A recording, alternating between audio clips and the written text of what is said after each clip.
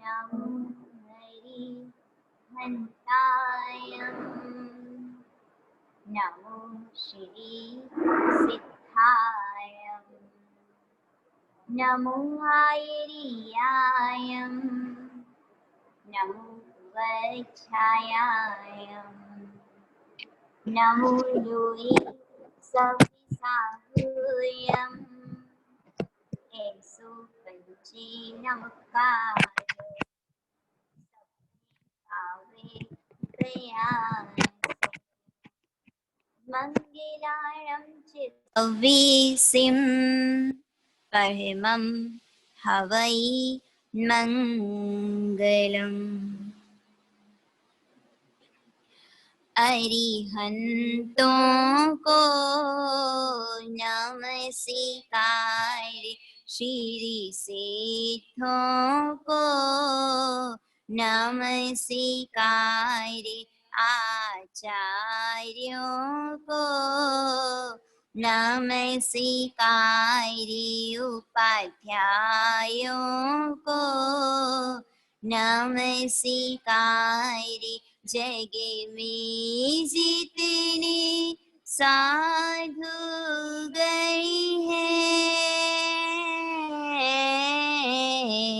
जग में जितने साधु गए हैं मैं सभी को वंदूं बारे बारे अरिहंतों को नमस्कार श्री सिद्धों को नमस्कार ऋषभ अजित संभवी अभिनंदन सुमति पद्म सुपार्श्वजी राय सुमति पद्म सुपार्श्वजी राय चंद्र पुष्प शीतल श्रेयांसे नमि वासुपूज्य पूजित सूर्यराय वासुपूज्य पूजित सूर्यराय विमले अनंत धर्मी जैसे उज्ज्वल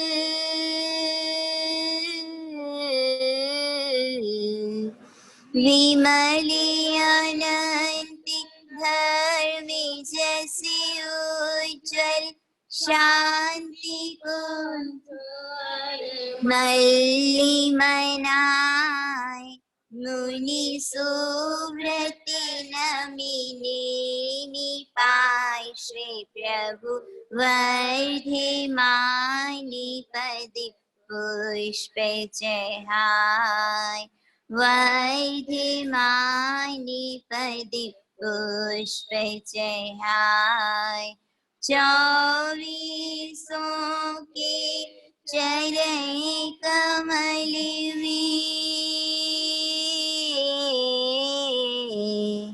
24 के चरण कमल में मेरा वंदन बारे बारे अरिहंतों को नमस्कार श्री सिद्धों को नमस्कार जिसने रागी दृष्टि कामादिक जीते सब जग जान लिया जीते सब जग जान लिया सब जीवों को मोक्ष मार्ग का निष्प्रिय होपदेश दिया निष्प्रिय होपदेश दिया बुद्धिवीर जी ने हरि हरि ब्रह्मा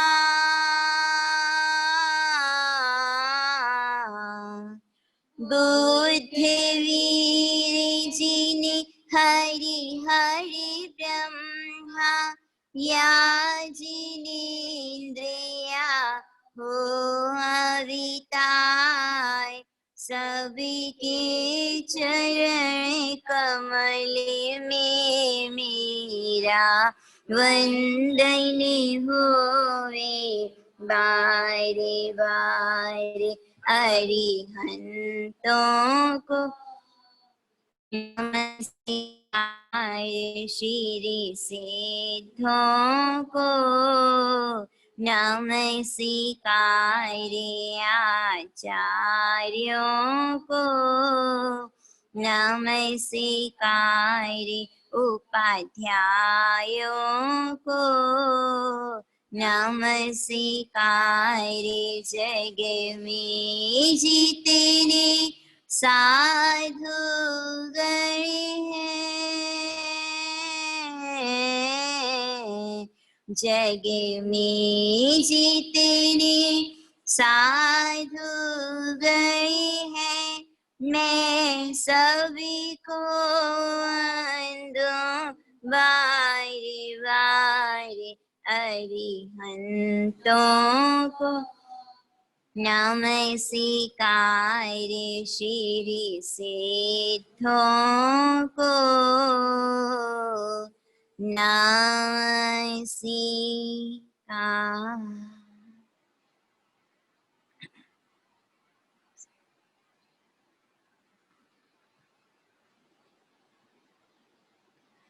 गुरु माते पिता गुरु बंधु सखा तेरे चरणों में स्वामी मेरा कोटि प्रणाम।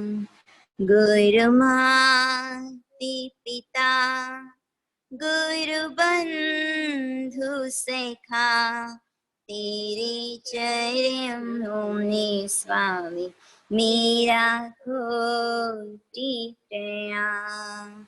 प्रियतम भी तुम्ही प्राणनाथ तुम्ही तेरे चरणों में स्वामी मेरा कोटि प्रणाम।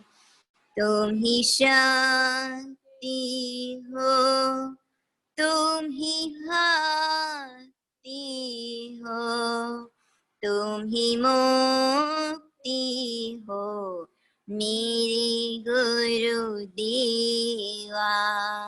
गुरु माते पिता गुरु बंधु सखा तेरे चरणों में स्वामी मेरा कोटि प्रणाम। तेरी बगियन का वो फूल बनो जो फूल चढ़े प्रभु चरण में। गुरु माते पिता गुरु बंधु सखा तेरे चरणों में स्वामी मेरा कोटि प्रणाम। तेरे चरणों में स्वामी मेरा कोटि प्रणाम।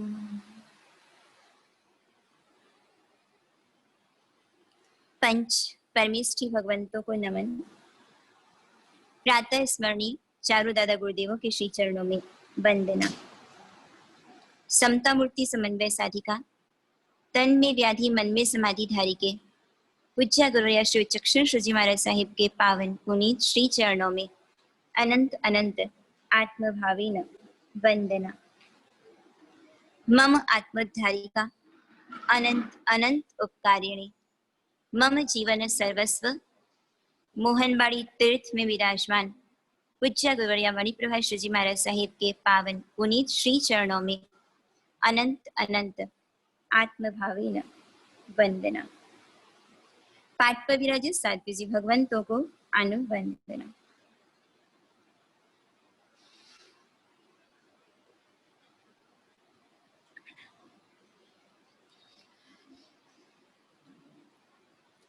धर्म प्रेमी श्रावकों एवं श्राविकाओं, पर्वाधिराज पर्युषण महापर्व का आज कौन सा दिन है? 5वां। कल हमने जाना 10 अछेरों के माध्यम से, भगवान के 27 भवों के माध्यम से क्रोध का प्रतिफल क्या होता है, अहंकार किस तरह से जीव को जन्मों जन्म तक भटकाता है। उन कषायों को जान करके उनको श्रमित किया जाता है, सम्यक ज्ञान के बल पर उन्हें समझ करके शांत करने का प्रयास साधक करता है। एक स्टेप और आगे बढ़ता है और 5वें सोपान पर जब नवीन वस्त्र नहीं चाहिए, रंगीन वस्त्र नहीं चाहिए, किसी प्रकार का राग रग संसार का उसमें कोई रस नहीं है, तो फिर किसमें रस आता है? मन उछलता है बासो कि कब मुझे पंच महाव्रत मिले, कब गुरु महाराज के हाथों से रजोहरण मिले। पंच महाव्रत, पंच समिति, अभी हम वर्णन सुनेंगे। त्रिशला महारानी जो चलती हैं गज गति से, राजहंसी की चाल से, इरिया समिति का पालन देख करके, 3.5 पग हाथ की भूमि को देख करके कहीं किसी जीव की विराध ना हो जाए। बोलना तो कब बोलना, कैसे बोलना, कितना बोलना, सहजपन समिति भी जीवन में आ जाती है। वो 5वां सोपान भगवान महावीर स्वामी 24वें तीर्थंकर, हमारे शासन नायक, मरीचि के भाव में मैं तीर्थंकर बनूंगा, तो इसमें कौन सा? पर वो मद, वो अहंकार, स्वयं की प्रशंसा स्वयं की जाती है, स्वयं को प्रशंसनीय मान लिया जाता है, तो वो मद होता है। और हम यदि दूसरों की प्रशंसा करें तो वो गुणों की अनुमोदना होती है। भगवान महावीर मरीचि के भाव में मैं तीर्थंकर बनूंगा, वो मद का कारण था, किंतु हमें गर्व होता है, फक्र होता है कि हमारे तीर्थंकर कौन? भगवान महावीर स्वामी। ऐसे प्रभु परमात्मा भगवान महावीर स्वामी, जब बर्थडे सेलिब्रेशन होता है, कुल दीपक का जन्म होता है, कितनी खुशियां मनाई जाती हैं। तो आज किसके जन्म वाचन की पंक्तियां कल्पसूत्र के पन्नों के माध्यम से पढ़ी जाएंगी? हमारी भगवान आज पधारेंगे, धरा पर अवतरित होंगे। वे भगवान जो कि गुणों के सागर, सागर वर गंभीरा, ऐसे प्रभु परमात्मा, उनके गुणों को देख के मन ललचा जाता है। हमें भी उन सद्गुणों की प्राप्ति हो। शास्त्रकार भगवंत फरमाते हैं, वंदे तद गुण लब्धये, अर्थात उनके गुणों को प्राप्त करने के लिए उनके श्री चरणों की वंदना की जाती है।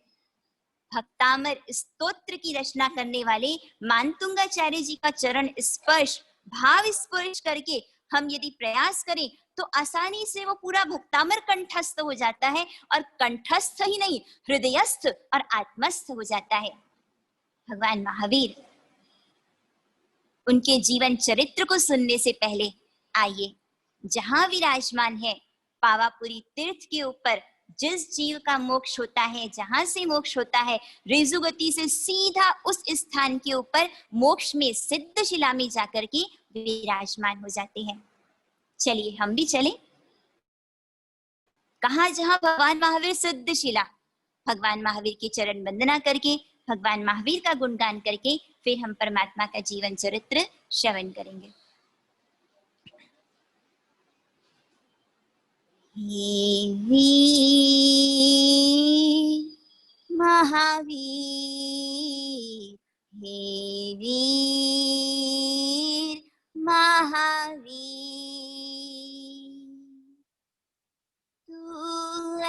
अंतर्यामी सभी का स्वामी, तू अंतर्यामी सभी का स्वामी। चरियों में प्रयाम हे वीर महावीर, हे वीर महावीर। त्रिशूलानंदन मिटो भावी बंधन, त्रिशूलानंदन मिटो भावी बंधन। बिगड़े बना दे सारे काम, हे वीर महावीर, हे वीर महावीर। क्षत्रिय कुंडे जन्मे तपे किया वन में, क्षत्रिय कुंडे जन्मे तपे किया वन में। अहिंसा का दिया पैगाम, हे वीर महावीर, हे वीर महावीर। महिमा तुम्हारी जग में न्यारी, महिमा तुम्हारी जग में न्यारी। पावा पूरी है तेरो धाम, पावा पूरी है तेरो धाम। हे वीर महावीर, हे वीर महावीर। चंदेना को तारा चंडी कौशिक को वारा, चंदेना को तारा चंडी कौशिक को वारा। करुणा सागर तेरो नाम, करुणा सागर तेरो नाम। हे वीर महावीर, हे वीर महावीर। पावापुरी आए मोक्ष तुम्हें पाए, पावापुरी आए मोक्ष तुम्हें पाए। तीर्थंकर तुम्हें प्रणाम, तीर्थंकर तुम्हें प्रणाम। हे वीर महावीर, हे वीर महावीर।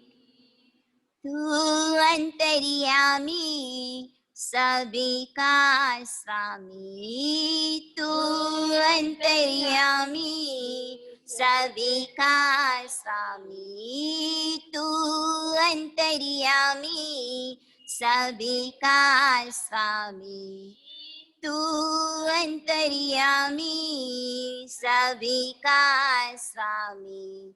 चरियों में प्रणाम, चरियों में प्रणाम। हे वीर महावीर, हे वीर महावीर, महावीर महावीर।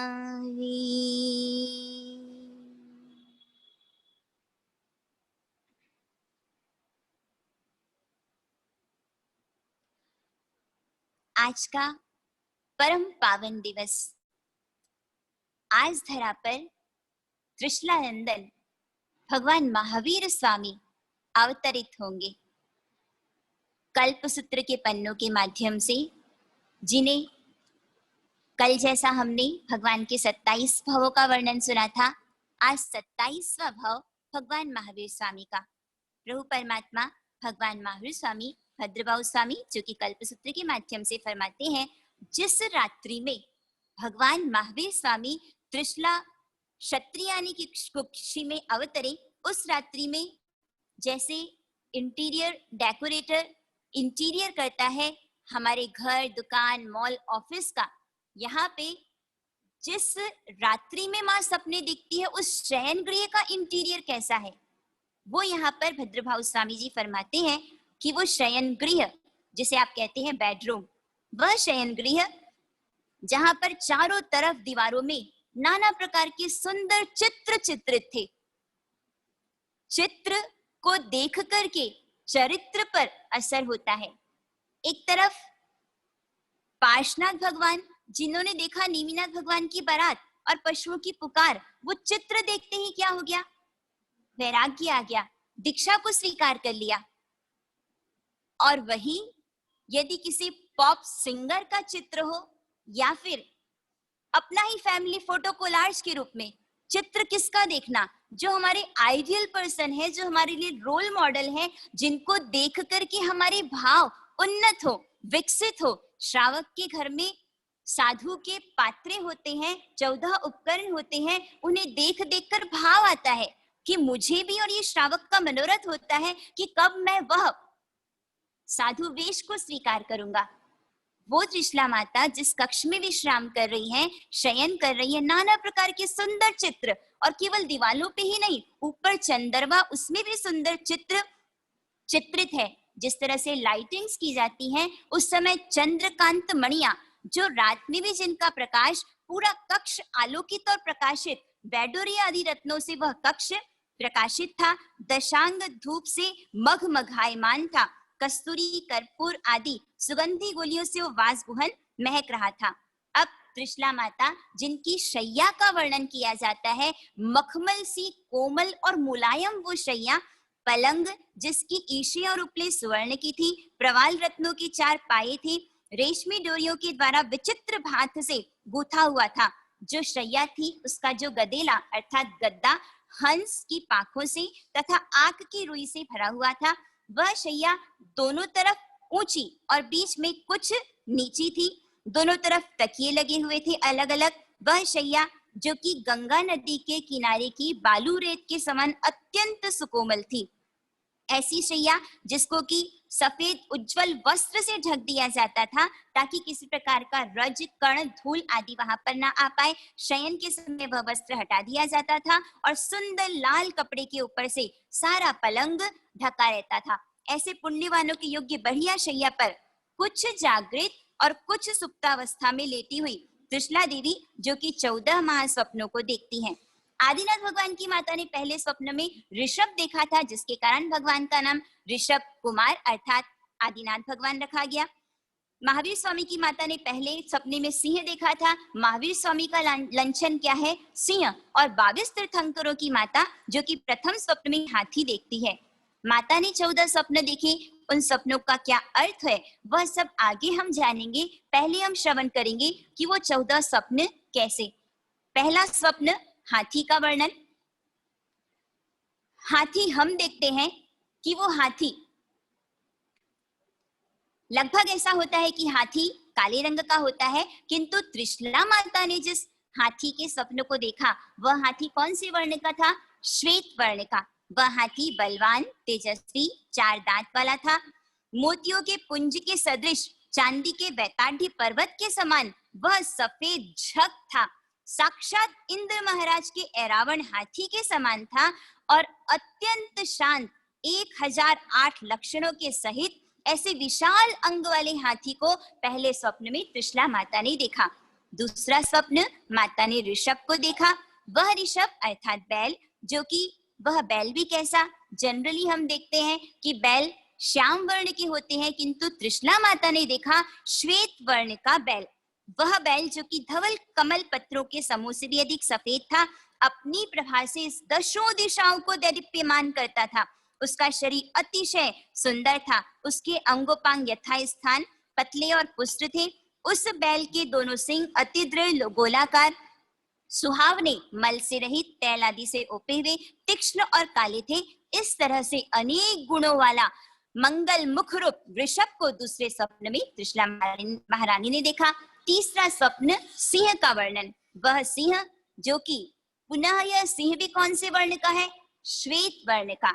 वह सिंह जो कि मोतियों के हार पुंज आदि जैसा धवल शरीर वाला था, अत्यंत सुंदर, हथेलियां बहुत मजबूत, उसका मुंह गोलाई से, उज्ज्वलता से, दृढ़ दाढ़ों से सुशोभित था। दोनों नेत्र बिजली के समान चमकीले, जंघाएं विस्तार वाली और पुष्ट थी, कंधे सुदृढ़ थे। वह केसरी था तो सिंह, किंतु शांत था। इस तरह तीक्ष्ण नख वाले सिंह को आकाश से उतरकर अपने मुख में प्रवेश करते हुए तीसरे स्वप्न में त्रिशला देवी ने देखा। और चौथा स्वप्न कौन सा है? सबसे ज्यादा बोली कौन से स्वप्न की जाती है? लक्ष्मी माता। लक्ष्मी देवी को, लक्ष्मी देवता को त्रिशला माता ने देखा। लक्ष्मी देवी के चरण सुवर्ण काचबों के जैसे मालूम होते थे, अर्थात मध्य में ऊंचे, आसपास नीचे थे। उसके नख अति उन्नत, कोमल, चिकने और लाल वर्ण के थे। चरण की अंगुलियां कमल पत्र के समान सुकोमल थी। वो लक्ष्मी माता जिनके सारे अंगोपांग आभूषणों से भूषित थे, सभी आभूषण नाना प्रकार की चंद्रकांत मणियों से, माणिक और रत्नों से जुड़े हुए स्वर्णमय थे। हृदय पर सोनैये की माला, कंठ में मणियों के धागे, कानों में कुंडल इत्यादि आभूषणों से लक्ष्मी देवता का मुखमंडल सुशोभित था। जैसे एक राजा कुटुंब से शोभता है, वैसे ही उनकी देह जो कि आभूषणों से शोभ रही थी। निर्मल कमल पत्र के समान लंबे, तीक्ष्ण और विशाल नेत्र थे। उनके हाथ में कमल पत्रों का एक पंखा था। उसको जब लक्ष्मी देवी चलाती थी तब उसमें से सौगंधिक रस झरता था। उस महादेवी के मस्तक के बाल अत्यंत निर्मल, सघन, श्याम वर्ण के थे। और वो लक्ष्मी देवता जिनका निवास कहाँ है? हमारे गले में। वो लक्ष्मी देवता जो कि हिमाचल पर्वत के शिखर पर पद्मद्रह में कमल पर निवास करती है। ऐसी लक्ष्मी महादेवी को चौथे स्वप्न में जगन माता त्रिशला देवी ने देखा। उसके पश्चात पांचवा स्वप्न पुष्पमाला युगल का। वह पुष्पमाला युगल जिसमें कौन कौन से पुष्प हैं? कल्प वृक्ष के, चंपा के, अशोक वृक्ष के, नागकेशर के, पुन्नाग के, मोगरा के, मालती के, जाई के, जुई के, माधवी लता आदि के पुष्प थे। और पुष्पों के बीच बीच में आम्र की मंजरियां लगी हुई थी। इन मालाओं में सर्व ऋतुओं में उत्पन्न पंचवर्ण के पुष्प गुथे हुए थे। और इस स्वप्न के पश्चात माता ने देखा छठवां स्वप्न चंद्रमा का। वह चंद्रमा गाय के दूध के झाग के समान हृदय और नेत्रों को आनंद प्रदान करने वाला, उज्जवल, धवल, स्वच्छ, श्वेत वर्ण का, पूर्ण चंद्र अंधकार को निवारण करने वाला था। रात्रि की शोभा बढ़ाने वाला, आकाश रूप तालाब के लिए हंस के समान दोनों किनारों से उज्जवल था। सर्व तारा और नक्षत्रों का मुख मंडन था। ऐसे चंद्र को देखने के पश्चात सातवां स्वप्न चंद्र के पश्चात सूर्य। सातवां स्वप्न सूर्य का वर्णन। वह सूर्य अंधकार के समूह का विदारण करता हुआ प्रकाश से जाज्वल्यमान था। तोते के मुख के सदृश लाल वर्ण का था। ज्योतिष शास्त्रों को बताने वाला, ज्योतिष चक्रों का राजा, आकाश में साक्षात दीपक के समान शोभता था। वह सूर्य विस्तृत मंडल सहित मेरु पर्वत के पास निरंतर प्रदक्षिणा देता है। अपने सहस्त्र किरण से चंद्र, ग्रह, नक्षत्र, ताराओं के प्रभाव को दूर करता है। ऋतुओं की अपेक्षा से अलग अलग किरणें प्रमाण में होती हैं। वो कितनी किरणें किस ऋतु में होती है यहाँ पर बताया जाता है। चैत्र मास में सूर्य की 1200 किरणें, वैशाख में 1300, ज्येष्ठ में 1400, श्रावण तथा भादो में 1400, आषाढ़ में 1500, आसोज में 1600 किरणें तपती है। कार्तिक मास में 1100, माघ में 1100, मिक्सर में 1050, फागुन मास में 1050, पौष मास में 1000 किरणें तपती है। इस तरह से सातवें स्वप्न में माने सूर्य को देखा। आठवें स्वप्न ध्वजा का वर्णन। वह ध्वजा एक सुवर्णमय दंड में लगी हुई थी। ध्वजा का वस्त्र 5 वर्णों से सुशोभायमान था, कहीं हरा, पीला, लाल, सफेद और काला। ये पंचवर्णी रंग की ध्वजा जो कि लक्ष्मी को देने वाली थी, उस ध्वजा के अंदर स्फटिक रत्न के समान श्वेत सिंह का चित्र था। वह ध्वजा अतिशय ऊंची वायु की लहर में धीरे धीरे लहराकर मानो जिन शासन की प्रभावना कर रही हो। 9वां स्वप्न पूर्ण कलश का। वह पूर्ण कलश निर्मल जल से भरा हुआ सूर्य मंडल के समान चमकता था। ऐसा लगता था कि चारों तरफ कमलों से बीचा हुआ है, मानो कमलों का बगीचा लगा हो, अर्थात आप कह सकते हैं जस्ट लाइक अ लोटस गार्डन। सभी मंगलों का सूचक था, उत्तम रत्नों के कमल पर स्थापित था, नयनों को आनंद देता था, अपनी कांति से सर्व दिशाओं को प्रभावित करता हुआ लक्ष्मी के घर के समान उस पर्ण कलश के कंठ में सर्व ऋतुओं में उत्पन्न सरस सुगंधित पुष्पों की मालाएं थी। 10वां स्वप्न पद्म सरोवर का वर्णन। पद्म सरोवर जैसा कि पावापुरी तीर्थ में जल मंदिर में हम देखते हैं चारों तरफ कमल ही कमल, ऐसे पद्म सरोवर जिसके अंदर तरुण सूर्य की किरणों से सहस्त्रदल कमल विकस्वर हो रहे थे। विकसित कमलों के रस से पानी सुगंधित बन गया था। सरोवर के मध्य में कमलिनी के पत्रों पर स्थित जल बिंदु अर्थात पानी का बिंदु, वाटर ड्रॉप, ऐसा लग रहा था मालूम नीलमणि के आंगन में मोती जड़े हुए हैं। उस बृहद सरोवर में बहुत तरह के कमल, सूर्य विकाशी, रात्रि विकाशी कमल, नील कमल, महाकमल, श्वेत कमल, लाल कमल, पीत कमल आदि अनेक कमल सुशोभित थे। उन कमलों पर प्रसन्न भौरे गुंजारव करते थे। उस सरोवर पर राजहंस, चकवा, बालहंस, सारस आदि पक्षी निवास करते थे।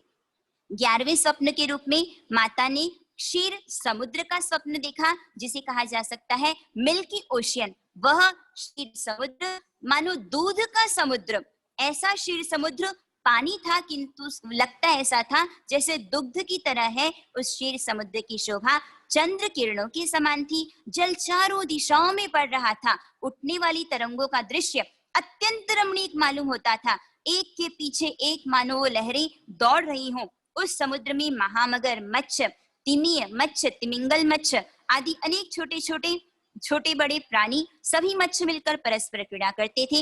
उनके पूंछ के फटकारे से पानी झागो झाग हो जाता था। उनकी कल्लोलें देख करके तट के ऊपर फेन पुंज बन जाता था। उस समुद्र में गंगा, सिंधु, सीता, सितोदा आदि बड़ी बड़ी नदियां पूर्ण वेग से आकर गिरती थी। इस तरह से क्षीर समुद्र जो कि 11वें स्वप्न में देखा। 12वां स्वप्न पुंडरीक विमान का स्वप्न। कमलों में जैसे पुंडरीक कमल प्रधान है, हमने सुना था नमुत्थनम सूत्र में पुरीश्वर पुंडरियानम, पुंडरीक कमल श्रेष्ठ होता है, उसी तरह से देव विमानों में पुंडरीक विमान प्रधान होता है। वह विमान उदय होते हुए सूर्य की तरह दैदीप्यमान था। रत्नों से जड़ित सुवर्णमय 1008 स्तंभों से विराजमान आकाश में दीपक के समान शोभता था। उस विमान की भीतों पर अनेक सुंदर चित्र चित्रित थे, अनेक वाजिंत्र बजते थे, नृत्य होता था, देवदंदु भी बजती थी। 13वां स्वप्न जो कि रत्न राशि का माता ने देखा, वह रत्न राशि जिसमें अनेक प्रकार के रत्न, लोहित रत्न, मरकत रत्न, प्रवाल रत्न, स्फटिक रत्न, सौगंधिक रत्न, अनेक रत्नों की राशि, जैसे एक सोने का थाल जिसमें बहुत सारे रत्न ही रत्न भरे पड़े हैं, ऐसे रत्नों का ढेर आकाश मंडल को प्रकाशित कर रहा था। इस प्रकार रत्नों की राशि 13वें मंडल में जगत जननी त्रिशला देवी ने देखा। और 14वां स्वप्न, अंतिम स्वप्न, अग्निशिखा जो कि फ्यूमलेस फायर की तरह, अर्थात ऐसी अग्नि जिसमें धुआं नहीं हो। वह अग्निशिखा धूम्र रहिता धक धक शब्द करती हुई अत्यंत शोभती थी। अनेक छोटी बड़ी ज्वालाओं से युक्त थी। ज्वालाएं परस्पर एक दूसरे में मिलती थी और टकराती थी। इस तरह से निर्धूम अग्निशिखा 14वें स्वप्न में त्रिशला महारानी ने देखा। यहाँ पर विशेष समझने का अर्थ यह है कि तीर्थंकर का जीव जब स्वर्ग से चौकर आता है तब उनकी माता देव विमान देखती है, और यदि पाताल भूमि से अर्थात नरक से निकल करके आता है तब भुवन देखती है। इस तरह से त्रिशला माता ने 14 स्वप्नों को देखा। उन 14 स्वप्नों को देख करके त्रिशला माता जागृत हुई। हृदय में अत्यंत प्रसन्न होकर, ऐसे स्वप्न आने के बाद किसे आनंद नहीं होगा, कौन प्रसन्न चित्त नहीं होगा। त्रिशला माता जागृत हो जाती है, आनंदित हो जाती हैं, स्वप्नों का विचार करती हैं, क्रमशः शैया पर से उठी और राजहंसी की तरह गज गति के साथ, जैसे vocal management how to walk उसी तरह हाउ टू टॉक, उसी तरह से कैसे चलना हाउ टू वॉक, गज गति राजहंसी की तरह धीरे धीरे वो चल करके पहुंच जाती हैं कहाँ, जहाँ सिद्धार्थ राजा का शयन गृह, अर्थात राजा का शयन गृह अलग था और रानी का शयन गृह अलग था। वहां पहुंच करके महाराजा को विनय पूर्णा सुकोमल मधुर वाणी से उनको जागृत करती हैं और निवेदन करती है कि अहो राजन, मैंने बहुत सुंदर 14 महास्वप्न देखे हैं, उनका विशेष फल मुझे क्या प्राप्त होगा। उस समय सिद्धार्थ महाराजा उन्होंने फरमाया कि मंगल स्वरूप आपने 14 महास्वप्न देखे हैं, इन सपनों के प्रभाव से अर्थ लाभ, भोग लाभ, सुख लाभ की प्राप्ति आपको होगी, के राज्य के लाभ आदि की प्राप्ति होगी। 9 मास 7.5 दिन व्यतीत होने पर अपने कुल में सर्वांग सुंदर शशि के समान शांत और दर्शनीय सुपुत्र जन्मेगा। वह पुत्र जो कि श्रवण मात्र से सभी दर्शनों का ज्ञाता होगा, पूर्ण राज्य युवावस्था में पराक्रमी महादानी, अपनी प्रतिज्ञा को निभाने वाला, भूमंडल पर विजय करके विस्तीर्ण सेना के सहित राजाधिराज होगा। अहो त्रिशला, आपने बहुत सुंदर स्वप्न देखे हैं। महारानी यह अर्थ सुनकर के मन में अत्यंत हर्षित होती है, आनंदित होती है। हे स्वामिन, आपने जो फरमाया वह वैसा ही है, सत्य है, संदेह रहित है। स्वर्ण सिंहासन से उठकर पुनः त्रिशला महारानी कहाँ पधार जाती है? अपने शयन गृह में पधार जाती है और इस तरह से चिंतन करती है कि मैंने महामंगलकारी महास्वप्न देखे हैं। अब मैं दोबारा यदि कोई अच्छा स्वप्न आए तो उसके बाद फिर क्या करना चाहिए? सो जाना चाहिए क्या? बोलिए भगवान महावीर स्वामी की। यदि कोई अच्छा स्वप्न आए तो उसके बाद क्या करना चाहिए? सभी कार्यकर्ता अपना स्थान ग्रहण करें। अच्छा स्वप्न आए उसके पश्चात यदि सो जाते हैं तो उन स्वप्नों का फल नहीं प्राप्त होता। ऐसा सोच करके त्रिशला महारानी चिंतन करती हैं कि यदि कोई बुरा स्वप्न आएगा तो मेरे उत्तम स्वप्नों का नाश हो जाएगा। ऐसा सोच करके देवगुरु संबंधी प्रशस्त मांगलिक धार्मिक सुंदर कथाओं से वो स्वप्न जागरण करती हैं। अब प्रभात में यहाँ पर तीसरी वासना संपूर्ण होती है, चौथी वासना प्रारंभ होती है। उस चौथी वासना में सिद्धार्थ महाराजा प्रातः काल आदेशकारी पुरुषों को बुला करके आदेश करते हैं, अहो देवानुप्रिय, आज तुम शीघ्र ही बाह्य सभा मंडप को साफ कराकर गोबर से लिपाओ, सुगंधित जल से छिड़काव कर पंचवर्णी पुष्पों से सुगंधित करो, दशांग धूप से धूपित करके सभा मंडल में सिंहासन स्थापित करो। यह सब कार्य करके मेरी आज्ञा वापस अर्पण करो। तब कौटुंबिक पुरुष, जिसे हम सर्वेंट कहते हैं, जिन्हें हम नौकर कहते हैं, कल्प सूत्र में कितने शालीन शब्दों का प्रयोग किया गया है। नौकर को नौकर नहीं कहा, अंधे को अंधा नहीं, सूरदास या फिर प्रज्ञा चक्षु कहा जाता है। उसी तरह से यहाँ पर नौकर के लिए किस शब्द का प्रयोग किया गया? कौटुंबिक पुरुष, अर्थात जो कुटुंब के साथ रहने वाले व्यक्ति हैं, वे कौटुंबिक पुरुष आज्ञा के अनुसार सर्व कार्य करके वापस राजेंद्र की सेवा में उपस्थित होते हैं। प्रातः काल सिद्धार्थ महाराजा प्रातः होते ही शैया से उठकर 5 फीट पर नीचे उतरते हैं। व्यायामशाला में आकर के अनेक प्रकार के व्यायाम करते हैं। शत पक्व और सहस्त्र पक्व तेल, जो 100 औषधियों से बना हुआ हो, 100 द्रव्यों से बना हुआ हो, उसे शत पक्व तेल कहा जाता है। और जो 1000 प्रकार की औषधियों से बना हुआ हो, उसे सहस्त्र पक्व तेल कहा जाता है। इन तेलों का पूरे शरीर पर मर्दन किया जाता है। उन कुशल मर्दकों का कार्य पूर्ण होने के पश्चात सिद्धार्थ महाराजा व्यायामशाला से स्नान गृह में प्रवेश करते हैं। गंगा आदि पवित्र जल से स्नान करके प्रधान वस्त्रों को धारण किए, गोश्रेष्ठ चंदन का विलेपन किया, ताजे पुष्पों की माला कंठ में धारण की, चोवा चंदन केसर का ललाट पर तिलक किया गया, मणियों से जटित सुवर्ण के आभूषण शरीर पर धारण किए। सिद्धार्थ महाराजा पुरुषों के 16 श्रृंगार सजकर सभा मंडप में आए। उनके साथ उस समय अनेक गणनायक, दंडनायक, राजेश्वर, कोतवाल, सामंत, महासामंत, फूलमाली, ज्योतिर्वादी, तंत्रवादी, शय्यापालक, गजपालक, अश्वपालक इत्यादि परिवार से युक्त सिद्धार्थ महाराजा जो कि सभा मंडप में पदार्पण करते हैं। जहां सिद्धार्थ राजा बाहरी सभा मंडप है वहां पर आते हैं। सिंहासन पर ये कल्पसूत्र, जहां आपको इंटीरियर डेकोरेटर भी मिलेगा, जहां पर आपको वास्तुशास्त्र भी मिलेगा। सिद्धार्थ महाराजा किस दिशा की ओर मुख करके विराजमान होते हैं? पूर्व दिशा की ओर। पूर्व दिशा की ओर सिंहासन पर पूर्व दिशा के सन्मुख विराजमान होते हैं। बाद में अपने से न अति दूर न अति निकट नानाविध मणियों से जटित एक पर्दा, और उस पर्दे के अंदर कौन विराजमान होती है? त्रिशला महारानी।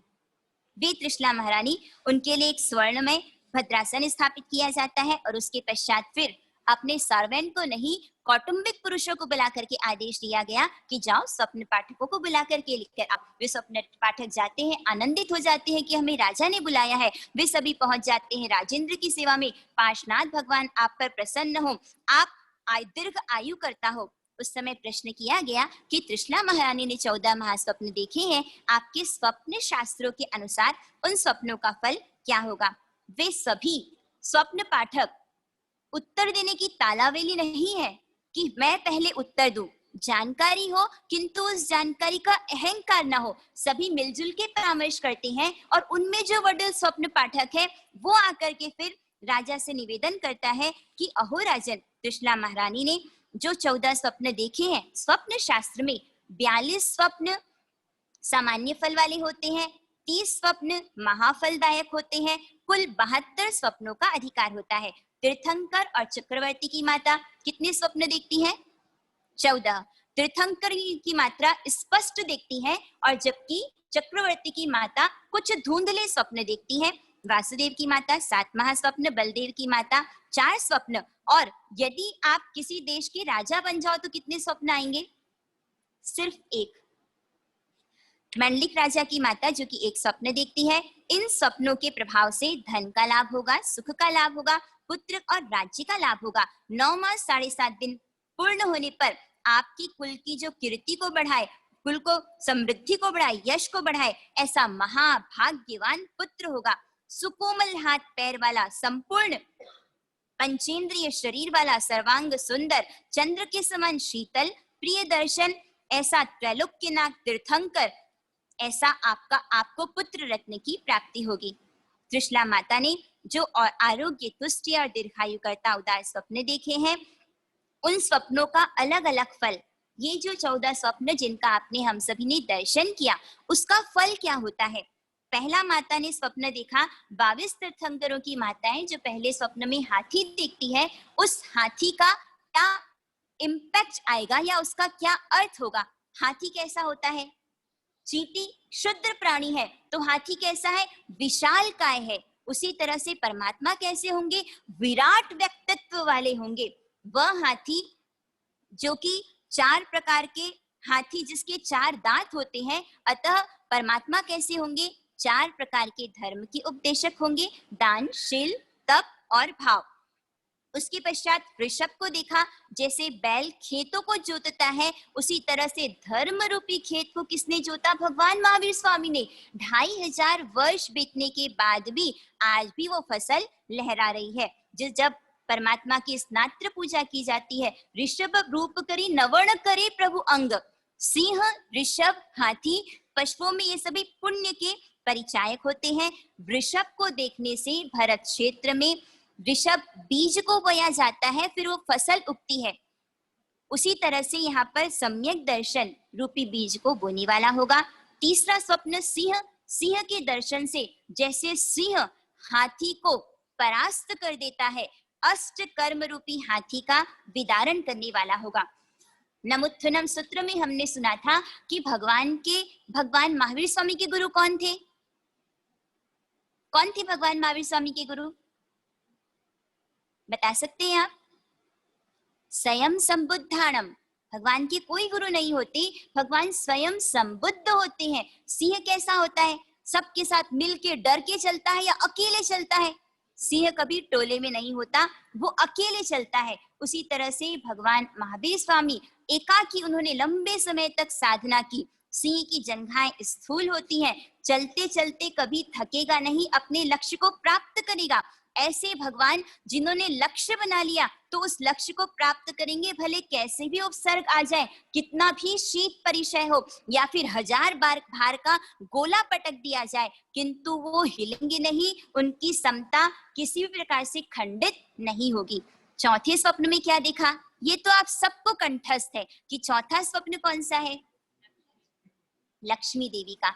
उस लक्ष्मी को देखने से तीर्थंकर परमात्मा, इसका तात्पर्य यह है कि 1 वर्ष तक लगातार स्वर्ण मोहरों का दान करेंगे, संवत्सर दान करेंगे, पूरी पृथ्वी को आनंदित करेंगे और वास्तविक लक्ष्मी, तीर्थंकर पद रूपी लक्ष्मी के वो भोक्ता होंगे।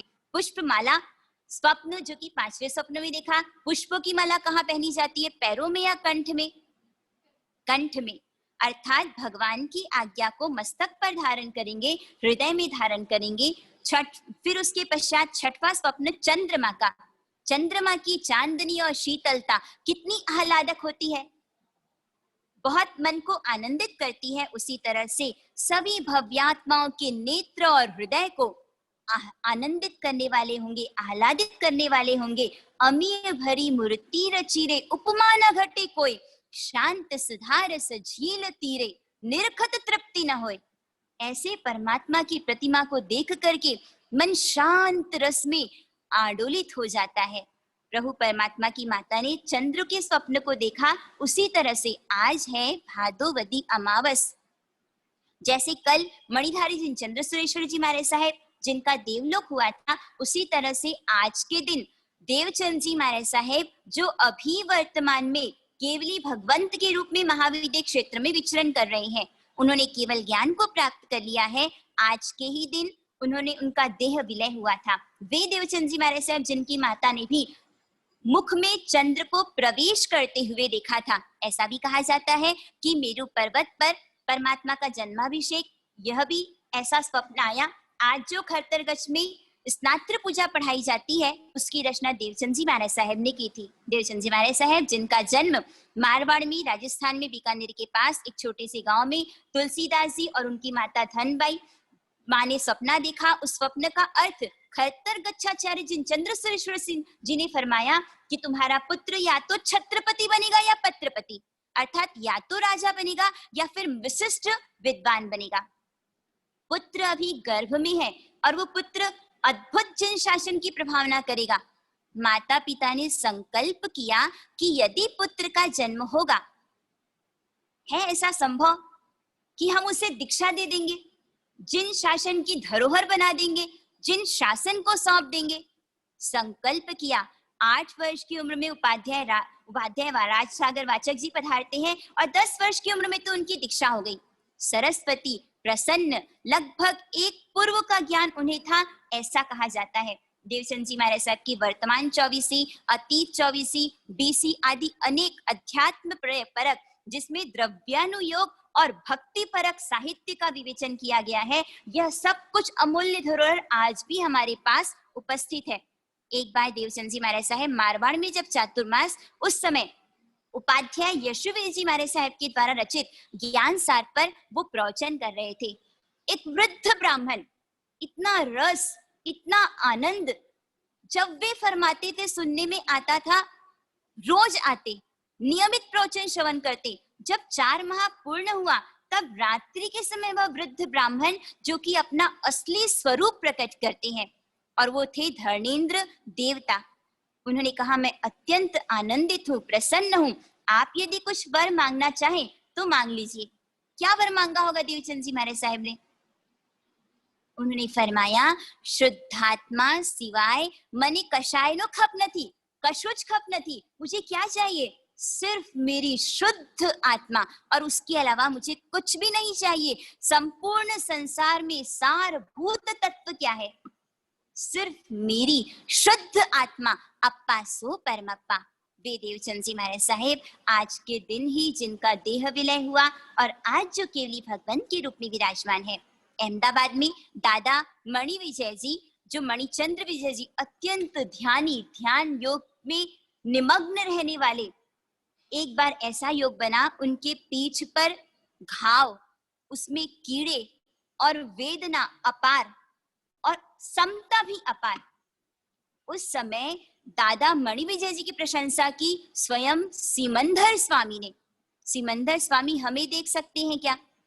निश्चित रूप से देख सकते हैं, क्योंकि भगवान क्या है? सर्वज्ञ हैं। स्वयं भगवान ने प्रशंसा की, वे मुनिराज समता के सागर, इतनी वेदना, अपार वेदना में भी आत्मानंद में डूबे रहते हैं। उस समय धर्मेंद्र आकर के कहता है कि स्वयं भगवान आपकी प्रशंसा कर रहे हैं, यदि मैं आपकी कुछ सेवा कर सकता हूँ, निवेदन है आपके चरणों में। उस समय मणि विजय जी ने प्रश्न किया, मैं सिर्फ इतना जानना चाहता हूँ कि देवचंद्र जी महाराज मेरे आराध्य अभी कहाँ पर हैं। जाते हैं, पूछ करके आते हैं सिमंदर स्वामी से, तब आकर उत्तर देते हैं कि देवचंद जी महाराज साहब जो कि वर्तमान में अभी केवली भगवंत के रूप में विचरण कर रहे हैं, केवल ज्ञान को प्राप्त हुए हैं। ऐसे अध्यात्म योगी परम पूज्य देवचंद जी महाराज साहेब की जय। जैसे देवचंद जी महाराज साहब की माँ, जिन्होंने मुख में चंद्र प्रवेश कर रहा है यह स्वप्न देखा, उसी तरह से माँ ने भी चंद्र का स्वप्न देखा और सातवां स्वप्न था सूर्य का दर्शन किया। इसका तात्पर्य यह है कि भगवान के चेहरे पर इतना तेज होता है कि हम सूर्य को देख सकते हैं क्या? नेकेड आई से नहीं देख सकते। उसी तरह से भगवान को भी नहीं देख सकते। भगवान के पीछे आभा मंडल होता है, भगवान का तेज उसमें संक्रमित किया जाता है, तब हम भगवान को निहार सकते हैं। सूर्य के दर्शन से तात्पर्य है कि भगवान के पीछे आभा मंडल दैदीप्यमान रहेगा। और आठवां स्वप्न है ध्वजा। यदि ध्वजा का लाभ लिया जाता है तो वह लक्ष्मी की वृद्धि का कारक होता है, ऐसा कल्पसूत्र जी भगवंत फरमा रहे हैं। उस ध्वजा को देखने से, जैसे 15 अगस्त को तिरंगा झंडा फहराया जाता है, जब भगवान विहार करते हैं तो भगवान के आगे आगे क्या होता है? धर्म ध्वज चलता है। पूर्ण कलश को देखा अर्थात ज्ञान चारित्र रूपी धर्म से संपूर्ण होंगे, और जैसा वह पूर्ण कलश जो भक्तों का मनोरथ, जो उनकी मनोकामनाएं, उन सब को पूर्ण करने वाला कौन है? पूर्ण कलश। उसके पश्चात देखा पद्म सरोवर, अर्थात कमल ही कमल जिस सरोवर में व्याप्त है।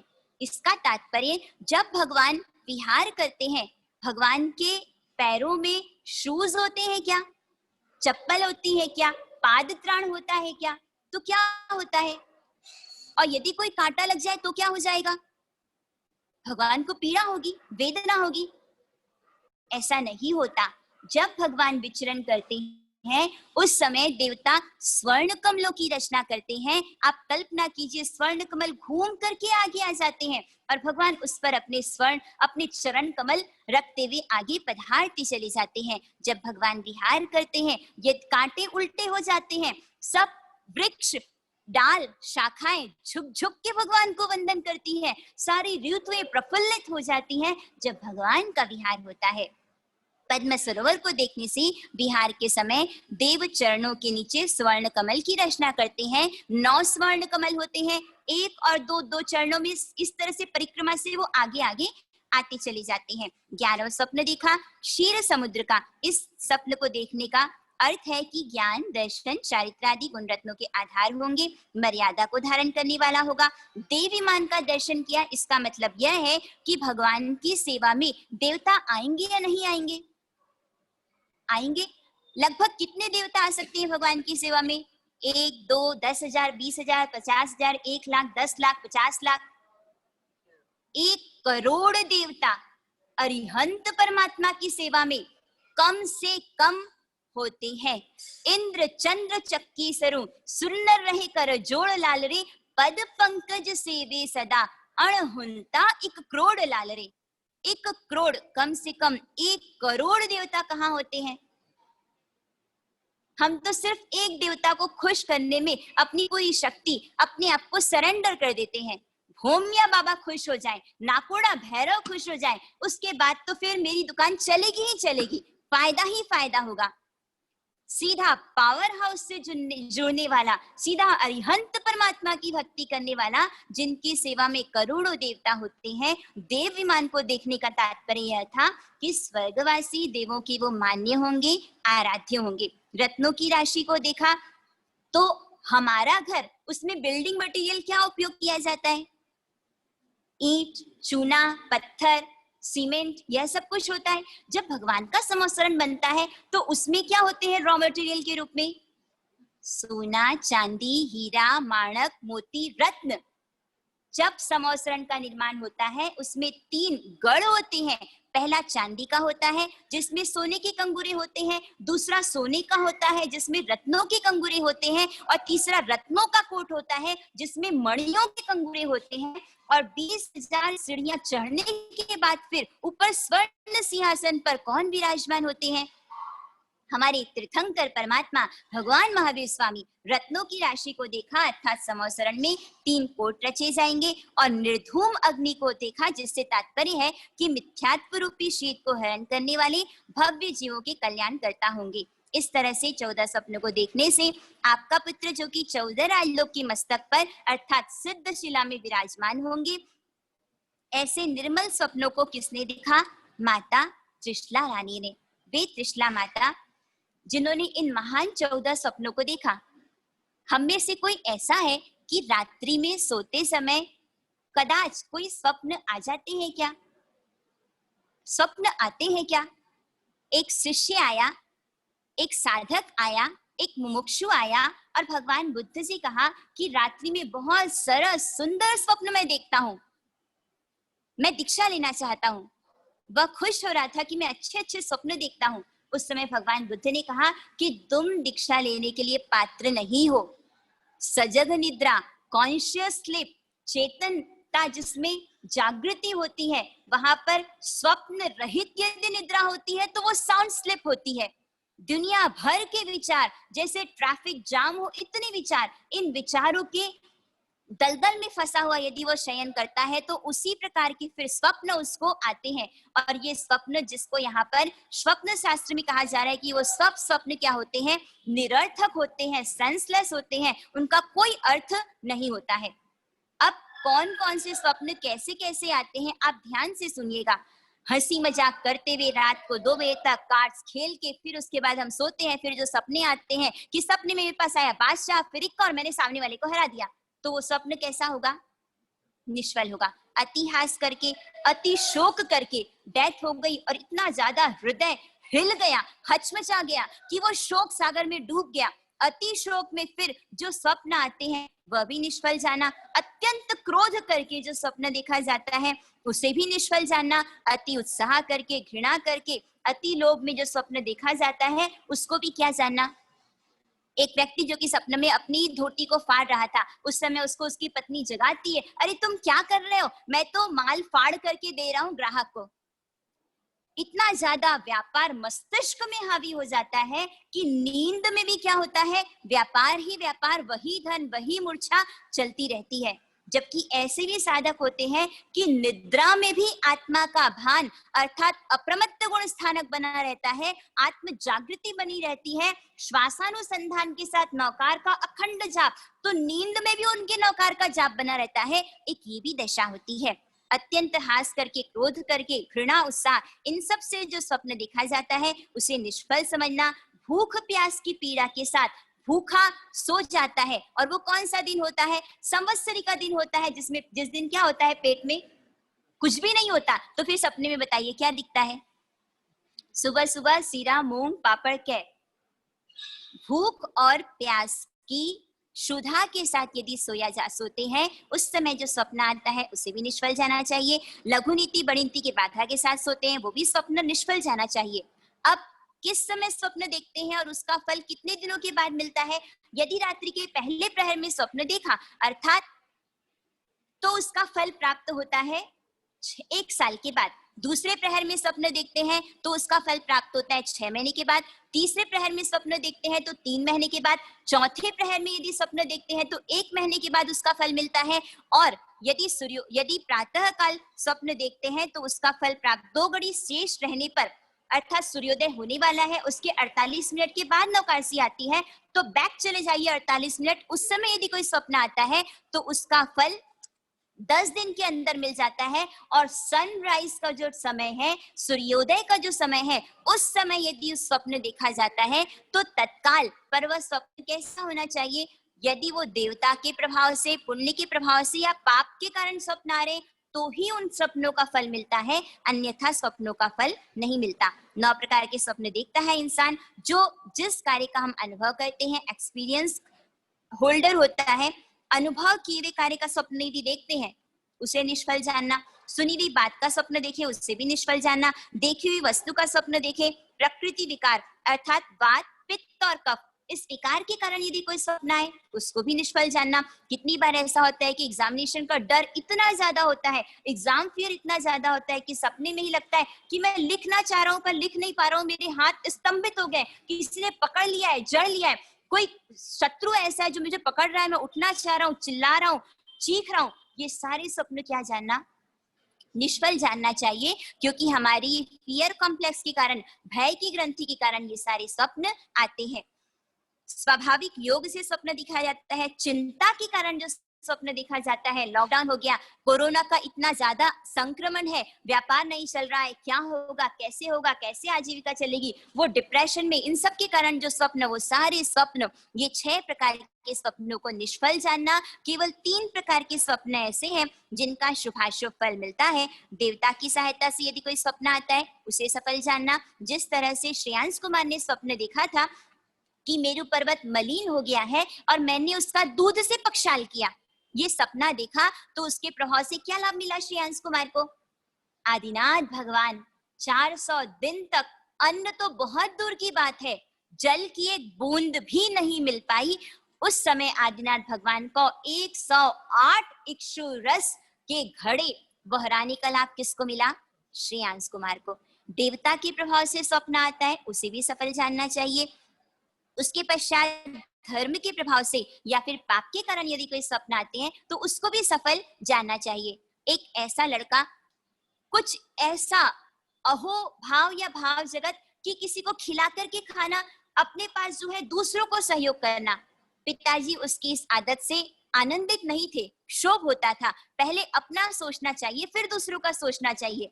पिता का योगानुयोग देवलोक हो जाता है और वह पुत्र योग ऐसा बनता है कि निर्धन स्थिति में एक व्यक्ति जिसके पास उड़द की बाकुले थे, जो पक्षियों को खिलाना चाहता था, वह भूख से पीड़ित था, उसको दे दिया जाता है। उसे लगता है खाने से पूर्व मैं किसी को खिला करके खाऊं।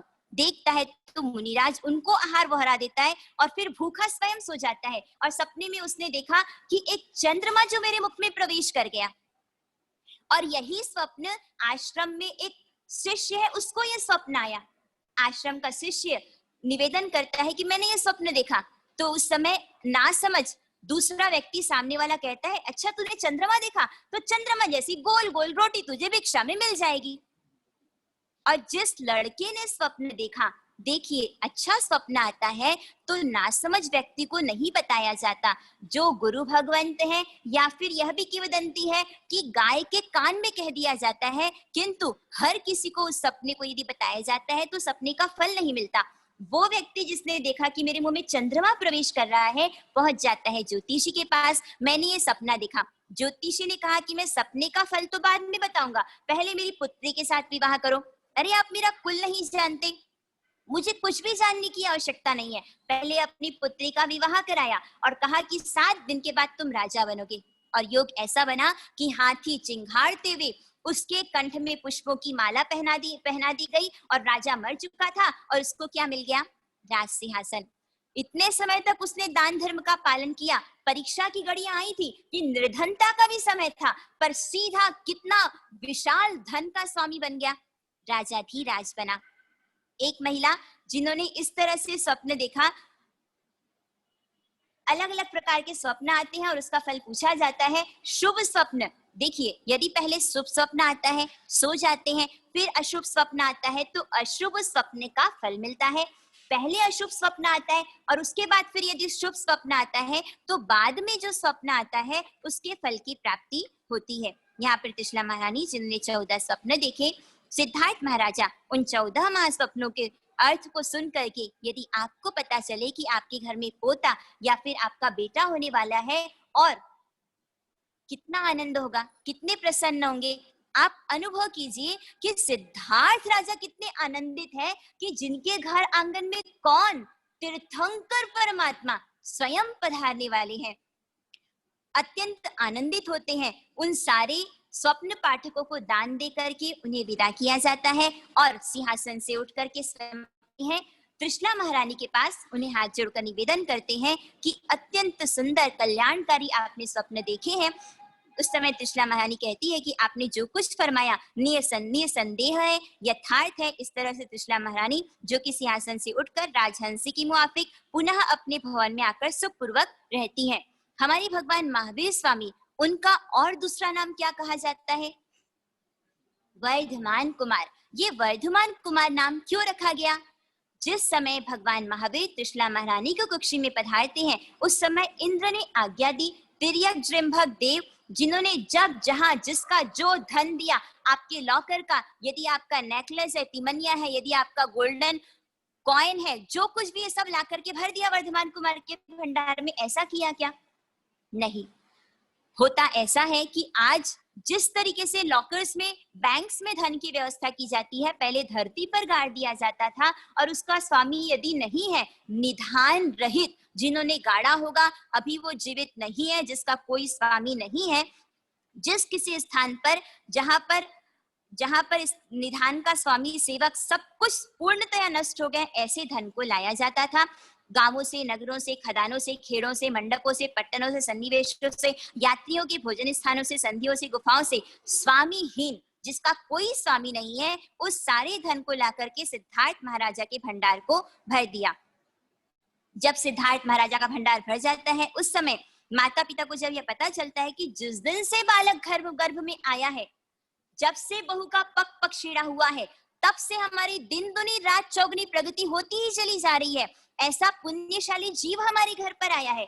बस कुछ ऐसा ही घटित क्या हुआ था कि सिद्धार्थ वर्धमान कुमार, भगवान महावीर स्वामी का जीव जब से पधारा, तब से चारों तरफ हरियाली, धन धान्य की वृद्धि ही अभिवृद्धि, चारों तरफ अभिवृद्धि। इसलिए जब पुत्र का जन्म हो जाएगा, तब उसका नाम चिंटू, मिंटू, पिंटू, रिंटू क्या रखा जाएगा? यथा नाम तथा गुण, वर्धमान कुमार ऐसा गुण निष्पन्न नाम रखा जाएगा। नाम भी निर्धारित हो जाता है। महावीर स्वामी, गर्भ में जो जीव होता है, माँ सोचती है, देखती है, जैसा खाती है, उन सब का प्रभाव किस पर पड़ता है? गर्भ पर पड़ता है। महावीर स्वामी जिन्होंने गर्भ में एक समय विचार किया कि अन्य माताओं का गर्भ जब चलता है, फिरता है, तो उनके पेट में पीड़ा होती है, अतः मैं क्या करूं? माता के सुख के लिए उन्होंने क्या किया? हिलना डुलना बंद कर दिया। पर इसका रिजल्ट क्या आया? परिणाम क्या आया? यहाँ माता के हाल बेहाल हो जाते हैं। माँ जो सोचती है कि पहले मेरा गर्भ चलता था, हिलता था, फिरता था, सब कुछ मुझे फील होता था, अब क्या हो गया? हे भगवान, मेरा गर्भ या तो च्युत हो गया, खिर गया, गल गया, मर गया। बेहोश हो जाती है त्रिशला माता, धिक्कारने लग जाती है देवता को। अहो देवता, तुमने क्या किया? निधान दिखाकर छीन लिया, सामने थाली परोसी और खाने से पहले ही उसे तुमने हटा लिया। त्रिशला महारानी रोने लग जाती है, शोक सागर में डूब जाती है। सारी गीत वाजिंत्र बंद कर दिए जाते हैं। सखियां पूछती हैं कि क्या हुआ त्रिशला महारानी? तो वो कहती है कि मेरा गर्भ सकुशल नहीं है।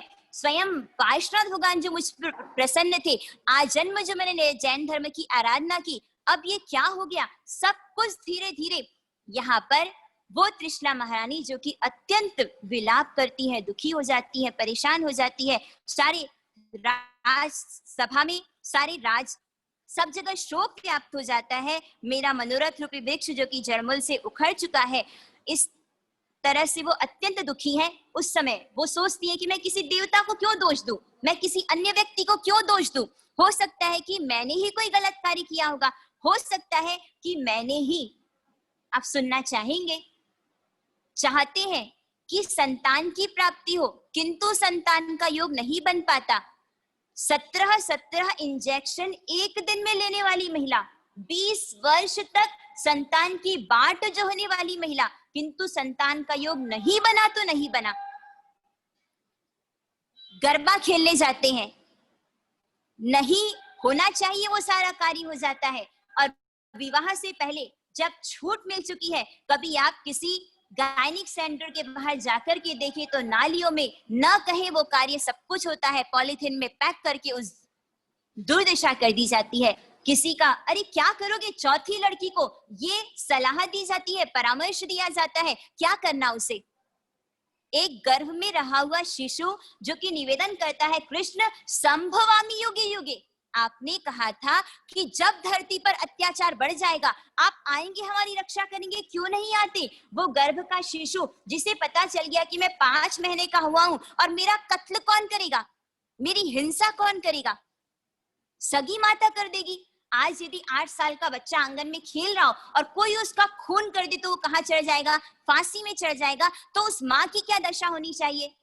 कोणिक जब गर्भ में आया तो चेल्ला महारानी, जिनको ये दोहद उत्पन्न हुआ कि मैं अपने पति का मांस, कलेजे का मांस खा लूं, वो गर्भस्थ शिशु कहता है कि मेरे कैसे पाप का उदय है कि मैं गर्भ में आया तो माँ को मुझे ही मार डालने के दोहद उत्पन्न हो रहे हैं, मुझे ही समाप्त करने के दोहद उत्पन्न हो रहे हैं।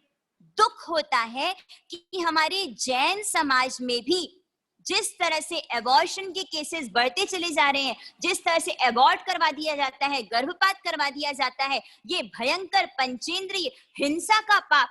और भविष्य में ऐसा होता है कि चाह करके भी फिर आंगन में वो बाल क्रीड़ा देख नहीं पाते। किन किन कारणों से पुत्र का योग नहीं बनता, कल्पसूत्र के पन्नों के माध्यम से कहा जा रहा है कि पशु, पक्षी और मनुष्य के बालकों को जो पापात्मा वियोग कराते हैं वे संतान रहित होते हैं, और यदि संतान हो तो वो मर जाती है। पशुओं में गाय, भैंस, हरिणी, इनके बच्चों का वियोग कराया हो, पक्षियों में सुअर, मोर, तीतर, सारस आदि के बच्चों का विरह कराया हो, अथवा फिर मनुष्य के बालकों का वियोग कराया हो, तो वो प्राणी क्या होता है? निह संतान होता है। संतान होती है तो जिंदा नहीं रहती है, मर जाती है। कृष्णा महारानी सोचती है कि मुझ पापिनी ने पूर्व भाव में, ध्यान से सुनिए, मन खुश होता है, आनंदित होता है, पिंजरे में तोते को ला करके रख दिया जाता है, बांध दिया जाता है। यहाँ पे भद्रबाहु स्वामी जी फरमाते हैं कि पूर्व में तोते, तीतर, कबूतर, इनको पिंजरे में डाला हो, दूध के लोभ में बछड़े को अंतराय दिया हो, चूहे के बिलों में गरम गरम पानी डलवाया हो, धुआं दिया हो, पत्थरों से बंद करवाया हो जिससे चूहे मर गए हो, एवं कीड़ियों के, मकोड़ों के बिल को जल से बहा दिया गया हो, किसी का शील खंडन करवाया गया हो। ध्यान से सुनिए, जो दादी है, सास है, भाभी है, जेठानी है या फिर ननंद है, किसी का गर्भपात करवाया गया हो, किसी के गर्भ को गिरवाया गया हो, इन सारे दुष्ट कर्मों का दारुण फल ये होता है कि बंजर भूमि के रूप में फिर चाह करके भी संतान का योग नहीं बनता है। अहो देव, यहाँ पर तृष्णा महारानी जो कि अत्यंत दुखी होती हैं, अत्यंत पश्चाताप करती हैं, उस समय भगवान जब गर्भ में पधारते हैं तब से ही भगवान 3 ज्ञान के धनी होते हैं, मति ज्ञान, श्रुत ज्ञान और अवधि ज्ञान। अवधि ज्ञान से भगवान ने मन में विचार किया कि क्या क्या किया जाए, किसके आगे कहा जाए। मोह की कैसी विचित्र गति है, मैंने तो माता के हित के लिए और सुख के लिए किया था, किंतु वह क्या हो गया? माता के लिए दुख का कारण बन गया। यह सच है कि नारियल के जल में शीतलता के लिए कपूर डाला जाता है, किंतु वह जहर बन जाता है। इसी तरह से मैं चाहता था कि माँ को दुख न हो, इसलिए मैं एक स्थान पे स्थिर हो गया, किंतु वह माता के लिए दुख का कारण हुआ। अभी तो माता पिता ने मुझे देखा नहीं है, तो इतना वात्सल्य है, इतना स्नेह है, तो मुझे देखेंगे तो क्या होगा? उस समय पूरे विश्व के इतिहास में आपको ऐसा कोई उदाहरण नहीं मिलेगा कि गर्भ में माता पिता के लिए क्या अभिग्रह धारण किया। जब तक माता पिता जीवित रहेंगे मैं क्या करूंगा? दीक्षा नहीं लूंगा। कितने अच्छे थे ना भगवान महावीर स्वामी। एक तरफ आदिनाथ भगवान थे, दीक्षा ले ली, 1000 वर्ष तक मरु देवी माता रोती रही, रोती रही, रोती रही। और एक तरफ महावीर स्वामी है जिन्होंने ये संकल्प किया कि माता पिता जब तक रहेंगे तब तक मैं दीक्षा नहीं लूंगा। आप बताइए, आदिनाथ भगवान ज्यादा अच्छे हैं कि महावीर स्वामी ज्यादा अच्छे हैं? महावीर स्वामी अच्छे। 1000 वर्ष तक माँ जैसी माँ को रुलाया जाता है क्या? वो माँ जिसने तीर्थंकरों को जना। माँ तूने तीर्थंकरों को जना है, यह संसार तेरे ही दम से बना है, तू पूजा है, मन्नत है मेरी, तेरे चरणों में जन्नत है मेरी। हम रोते थे, माँ हमें हंसाती थी, पूरी रात हमको लेकर के घूमती थी, दिन भर की थकी हारी माँ, पर कभी माँ ने थप्पड़ लगाया? कितना रोता है, सो नहीं जाता। जो बालक दिन जगनिया और रात रोवनिया होते हैं, उनका क्या होता है? माँ के उपकार, संसार में जिसका अंत नहीं होता उसे जहां कहते हैं, और ममता का सागर, वात्सल्य अथाह जिसमें होता है, वो माँ जहां में जिसका अंत नहीं, वो माँ जो कि हमारे लिए क्या होनी चाहिए। आप मेरा साथ देंगे?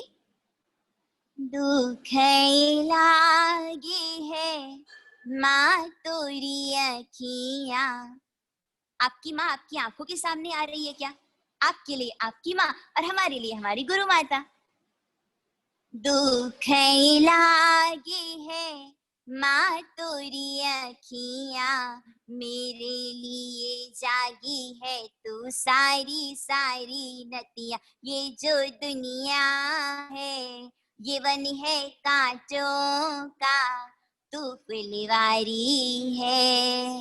त्रिशिला माँ, त्रिशिला माँ, त्रिशिला माँ, त्रिशिला माँ।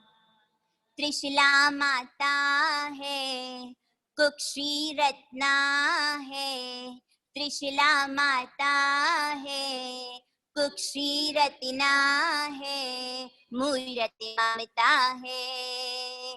त्रिशिला माँ, त्रिशिला माँ, त्रिशिला माँ, वीरा माँ।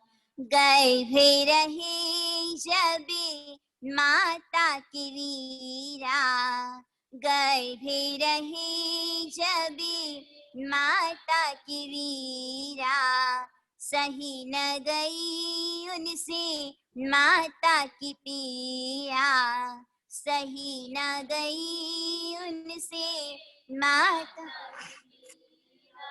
हिलना छोड़ा डुलना छोड़ा, माता हित महावीरा। माँ घबराई तब, सुध बुध खोई तब, क्यों नहीं हिलता है वीरा मेरे, वीरा मेरे, महावीरा, वीरा मेरे। बेहोशी हो गई त्रिशिला माता, पतित धरा पर मन पियाता।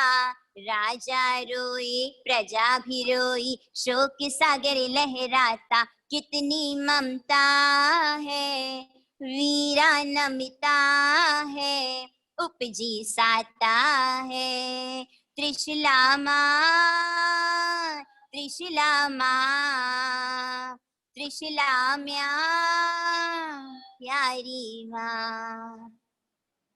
एक तरफ आदर्श कौन है? भगवान महावीर स्वामी, और एक तरफ याद कीजिए स्वयं की जननी माँ को अपने आंखों के समक्ष उपस्थित कीजिए। कभी उसका दिल दुखाया क्या? कभी उसे पीड़ा दी क्या? जब मैं बाहर जाना चाहती हूँ तुम टोक देती हो। रात को 12 बजे यदि सेलिब्रेशन के लिए वो माँ को बोलना ही होगा, टोकना ही होगा। लगता है कि हमारे सुख के शत्रु हैं, पर सुख के शत्रु नहीं होते माता पिता। उनको आगामी खड्डों से बचाने वाले होते हैं, उनके हित चिंतक होते हैं, उनका दूरदृष्टि उनकी होती है। वो त्रिशला माता जब भगवान महावीर स्वामी ने अपने शरीर को हिलाया, उस समय क्या हुआ? मानो दिवाली आ गई, मानो चारों तरफ खुशियों का संसार ऐसा लग रहा था जो उजड़ गया, एक क्षण में वापस बस गया। आनंदित हो जाती है त्रिशला माता। उस समय जगत जननी माँ त्रिशला जिनके हृदय में आनंद की लहरें छा जाती है, गर्भ हिलता है, स्फुरित होता है, अत्यंत आनंदित होकर के कहती है, अहो सखियों, मेरा गर्भ गिरा नहीं है, खीरा नहीं है, गला नहीं है, च्युत नहीं हुआ है, मैं भाग्यशाली हूँ। पाशनाथ भगवान मुझ पे प्रसन्न है। बचपन से जो जैन धर्म की आराधना की हूँ, कुछ भी निष्फल नहीं गया है। रोम राजी हर्ष से पुलकित हो जाती हैं। वृद्ध स्त्रियां आशीर्वाद देने लगती हैं, सद्वा स्त्रियां गीत गायन करने लग जाती हैं। सारे नगर में अष्टमंगल स्थापित किए जाते हैं, जगह जगह ध्वजाएं फहराई जाती हैं, पुष्पों के ढेर लगाए जाते हैं। जिन मंदिरों में स्नात्र पूजा कराई जाती है, मुनि भगवंतों को आहार प्रतिलाभित किया जाता है, कैदियों को जेल से छोड़ दिया जाता है, साधर्मिक भक्ति की जाती है, पूरे के पूरे राज्य में आनंद ही आनंद छा जाता है। यहाँ पर भगवान महावीर स्वामी गर्भ में जिन्होंने संकल्प किया था कि जब तक माता पिता जीवित रहेंगे मैं दीक्षा को अंगीकार नहीं करूंगा, उस समय 6.5 माह गर्भ के पूर्ण हो चुके थे। त्रिशला माता जिन्होंने स्नान किया, देव पूजा की, तिलक किया, विघ्न हरने के लिए मंगल किया, वस्त्र आभूषण धारण किए। उसके पश्चात फिर उनकी सखियां उन्हें समझाती है कि गर्भवती माता को क्या खाना चाहिए, क्या नहीं खाना चाहिए।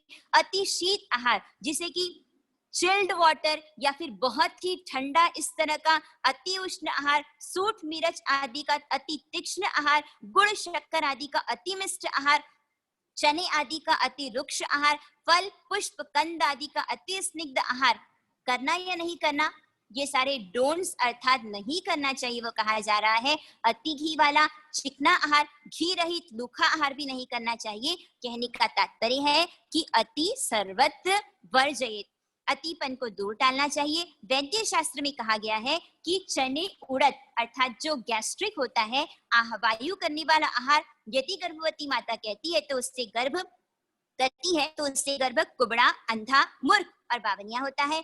गेहूं आदि पित्त वाला आहार करने से गर्भ गिर जाता है। दही आदि कफ वाला आहार करने से, ये सब अति की बात यहाँ पर कही जा रही है। दही वाले कफ वाले आहार को करने से गर्भ जो होता है वो चर्म रोगी अर्थात स्किन डिजीज वाला होता है। उसके पश्चात यदि बहुत अधिक नमकीन खारा आहार यदि माता करती है तो बालक के नेत्रों में हानि होती है। अति ठंडा आहार करती है तो बालक के शरीर में कंप वायु होती है। अति उष्ण आहार यदि किया जाता है तो बालक बलहीन हो जाता है। अति काम क्रीड़ा करने से बालक मर जाता है। 6 कारण से रोगों की उत्पत्ति होती है। गर्भवती स्त्री को ये कार्य नहीं करने चाहिए। अधिक जलपान करना, विषम आसन में बैठना, और सुनिए, यदि नींद आ रही है तो आंख खोल लीजिए। दिन में सोने से और रात में जागरण करने से, लघु नीति बड़ी नीति करने से क्या होता है? रोगों की उत्पत्ति होती है। जेईई मेंस की तैयारी करनी है, पूरी रात जगना है, 2 सितंबर को एग्जामिनेशन है, क्या करेंगे?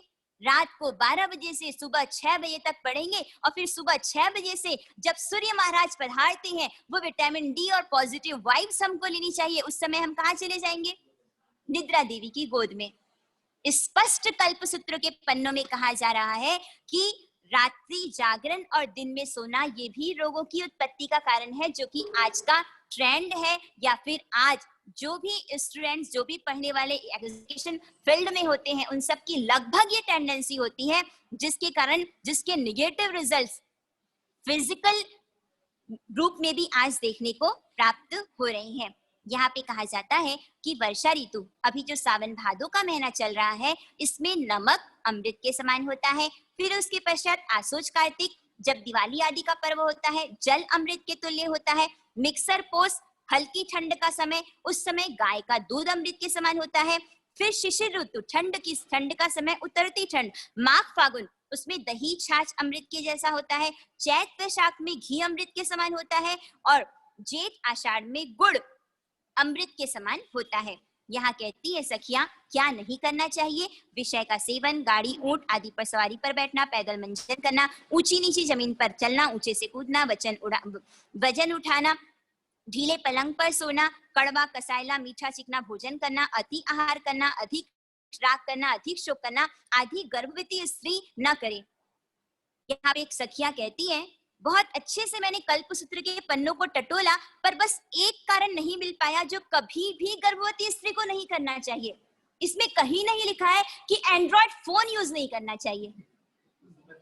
मिसिंग हो गया क्या? बेड रेस्ट हो जाता है, हर महीने सोनोग्राफी होती है, और 9 महीने अब तो क्या है, पूरे समय न तो किचन में जाना है, न सब्जी साफ करना है, न रोटी बेलना है, तो 24 आवर्स के लिए क्या मिल गया? सोचिए उस गर्भस्थ शिशु पर क्या प्रभाव पड़ेगा। माता मदालसा, शुद्धोसी बुद्धोसी निरंजनोसी, संसार माया परिवर्जितोसी, पालने में झुलाते हुए बच्चों को ये संस्कार देती थी कि तुम शुद्ध हो, बुद्ध हो, तुम आत्मा हो, और वो सब वैरागी बन जाते थे। और वही गर्भ में या उस जन्म लेने वाले बच्चे को क्या संस्कार दिए जाते हैं? बच्चा रोता है, बच्चा ठीक से रहता नहीं, काम का प्रेशर होता है, उसके हाथ में क्या पकड़ा दिया जाता है? ये पोयम तुम सुनो। धीरे धीरे मोबाइल का एडिक्ट कौन बनाता है? माँ बनाती है, हम बनाते हैं। और वो बच्चा जब बड़ा होता है 10-10 घंटे इतने पावर के +3 पावर के चश्मे आ जाते हैं, उसके बावजूद भी उनको 60,000 का 80,000 का फोन, एप्पल का फोन ला करके देने वाला कौन है? हम स्वयं है। यद्यपि कल्पसूत्र में नहीं लिखा गया है कि गर्भवती माता को मोबाइल का उपयोग करना चाहिए, उसकी वाइब्रेशंस कैसी होती होंगी, वो कितना सेंसिटिव होता है, उसकी स्किन पर मेंटल डेवलपमेंट होता है, फिजिकल डेवलपमेंट होता है, उन सब के लिए ऑब्स्ट्रक्शन के रूप में क्या है? यदि संभव हो तो 9 महीने तो हाथ जोड़ करके संकल्प करना चाहिए कि हम मोबाइल को टच भी नहीं करेंगे। फिर आप देखिए आपका शिशु, उसके ज्ञान का विकास गर्भ अवस्था में आनंद के साथ, प्रसन्नता के साथ, आंखों से आंसू नहीं आना चाहिए, इसमें आगे आएगा। यदि माँ बहुत रोती है तो बच्चे की आंखें कमजोर हो जाती है, उसकी आईसाइट वीक हो जाती है, उसका रेटिना कमजोर हो जाता है। प्रसन्नता के साथ नमस्कार महामंत्र का जाप, सप्ताह स्मरण का, स्तोत्रों का पाठ किया जाता है, ज्यादा से ज्यादा समायिक आदि की जाती है, शुभ कार्य किए जाते हैं, तो ध्यान आदि के माध्यम से उस बच्चे का आईक्यू लेवल डेवलप होता है, इंटेलिजेंस बढ़ती है और वो बच्चा ब्रेव और स्मार्ट होता है। रामायण का पाठ करने वाली, बचपन से गर्भ से ही रामायण का पाठ करने वाली, और उस समय जब पुत्र का जन्म हुआ तो पुत्र जिसने हिला दिया और राज्य शासन को प्राप्त किया। यहाँ पर कहा जाता है कि माँ, हे सखी तुम धीरे धीरे चलो, अर्थात त्रिशला माता को कह रही है आप धीरे चलिए, धीरे बोलिए, किसी पर क्रोध मत करिए, पथ्य भोजन कीजिए, जोर जोर से खिलखिलाकर मत हंसिए, खुले पर शयन मत कीजिए, शैया के बिना भी मत सोइए, तल घर आदि में मत जाइए, घर के बाहर अन्य घरों पर भी मत जाइए। त्रिशला महारानी जिस देश में जिस काल में जो अनुकूल भोजन है, पथ्य भोजन है, उसी को करती हैं, आनंद से रहती हैं, सुखपूर्वक रहती हैं। यहाँ पर कहा जा रहा है, पुनः ध्यान से सुनिए, दिन में यदि माँ सोती है तो गर्भ में रहा हुआ बालक ऊंघनिया होता है, बात बात में बहुत जल्दी उसे नींद आ जाती है, काजल लगाने से बालक क्या हो जाता है?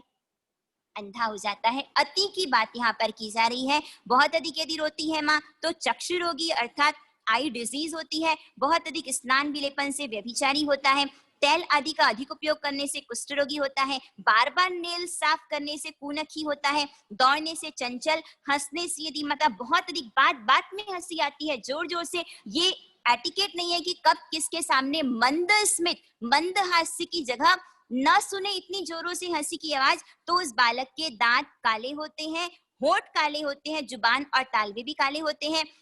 यदि बहुत अधिक टेप रिकॉर्डर अच्छा होता है कि एक बार पॉज या फिर बंद कर दिया जाए तब तो शांति मिलती है, लगातार बोलती जाती हो, ऐसी यदि वाचाल माता होती है तो ऐसी स्थिति में बालक भी वाचाल होता है। बहुत अधिक सुनने से बालक बहरा होता है, अत्यधिक खेलने से बालक उन्मत्त होता है। इसलिए त्रिशला महारानी इन सभी कार्यों का त्याग करती है। त्रिशला महारानी गर्भ में जैसा जीव होता है उस जीव का प्रभाव माता के ऊपर पड़ता है। यहाँ पे गर्भ में कौन है? स्वयं भगवान महावीर स्वामी।